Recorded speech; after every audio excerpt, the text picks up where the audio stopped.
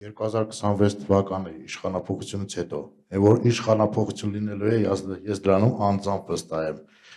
Հաշվի առնելով նոյեմբերի 9-ի փաստաթուղթը, հնարավորություն կա եւս մեկ անգամ անդրադառնալ Արցախ եւ Լաչինի հարցի շուրջ այս վիճակում։ Նայեք, ով էր մտածում, օրինակ 5-6 տարի նույնիսկ առաջ կամ 10 տարի առաջ, որ Ուկրաինայում կարող է այսպիսի պատերազմ լինի, որ աշխարհը խառնվի ընդհանրապես, որ Միացյալ Նահանգներում կարող է նախագահ ընտրվի երկրորդ անգամ Տրամպը, ով էր պատկերացնում, որ նման ոճով ընդհանրապես որևէ նախագահ կարող է աշխատել։ Հիմա աշխարհը մտել է մի բավական անկայուն ժամանակահատված, երբ ասենց միաբևեռ աշխարհը տրանսֆորմացվում է բազմաբևեռ աշխարհի։ Սա այն իրավիճակն է, որտեղ կարելի է կամ կորցնել կամ շահել։ Նայած դու ինչպիսի քաղաքականություն ես վարում։ Ժամանակին արագ կողմնորոշվում ես, թե չես կողմնորոշվում։ Հիմարություններ ես անում, թե հակառակը, հմուտ ճիշտ քայլեր ես անում։ Ես այսօրվա աշխարհում ոչինչ չեմ բացառում։ Եվ դրական, եւ շատ բացասական։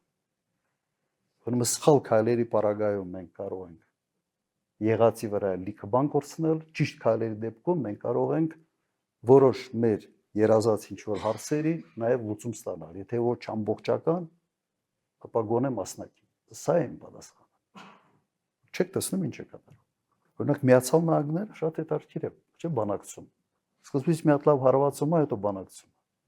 Ասում է տարիֆները 200%, 100%, 500%, հետո ինչ է ասում։ Ուղղակի անգլերեն, հետաքրքիր, ես չեմ մտածել, որ հնարավոր ընդհանրապես այսպիսի տերմինոլոգիա միջազգային հարաբերություններում կիրառել։ Ասում է they lined up to kiss my ass։ Եվ ճիշտ է ասում, հերթ են կաղնում։ Հերթ են կաղնում, գնում է ինչ որ ձևի հարցերը լուծում։ Հետո 100%-ը դառնում է օրինակ 25%, 30%, բայց իր նպատակին հասնում է։ Ես չէի կարող օրինակ նույնիսկ մի քանի տարի առաջ պատկերացնել, որ սա հնարավոր է։ Սենց թվում է, թե ինչ որ քաոտիկ բաներ է, քաոտիկ չի։ Բայց մյուս կողմից տեսնում ես, որ մարդիկ ձևեր չեն թափում։ Էս է իմ նպատակը։ Շատ հստակ այս նպատակին ուզում եմ հասնել։ Եվ ինձ համար ավելի ընկալելի է այդ ոճի իմիջիալոց։ Սենց առանց սենց խարդավանքների եւ այլն։ Անում է, բայց հիմա աշխարհը փոխվել է։ Ինչ տեսանկյունից։ Եթե այդ բանակցային սեղանի շուրջ ոնց են նստում հիմա ամերիկացիք։ Սենց կոլտը դնում է սեղանին, ասում է նստենք բանակցենք։ Առաջ կոլտը սեղանին չէին դնում, բայց կոլտը երևում էր։ Բանակցում էին ջանջիգարով, բայց մեկը բոլորը հասկանում են, որ ինչ որ բան պետք է, ինչ ասում են, պետք է խելոք անես, ով որ չի անում հետևանքներ են։ Հիմա աշխարհում հետևյալն է, չինացիները հետ նստում այդ սեղանի շուրջ, չինացիներ իր կոլտն հանում դնում։ Ասում են բանակցենք։ Եվ միանգամից պրագմատիզմը աշխատում է, երկուսն էլ կոլտերը հանում են, սկսում են բանակցել իրար հետ։ Որովհետեւ այդ ուժ կա դիմացը նստած։ Այլևս դու այդ մենաշնորհը նման կարգի բանակցությունների համար չունես։ Եվ կա եւս մեկ երկիր, որ այդ սեղանի շուրջ որ նստում է,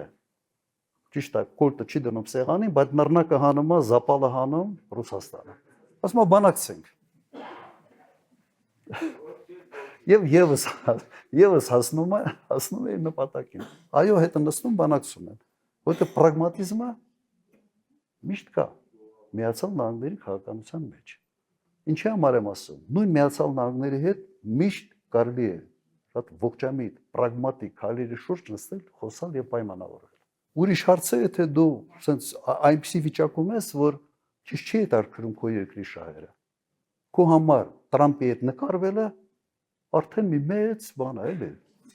Դարակազմիկ մի իրադարձություն է։ Դու գնում ես նկարում, դրա դիմաց քո երկրի շահեր, ուղղակի տալիս ես։ Մի նկարի դիմաց։ Ահա դուք հիմար չեք, լավ։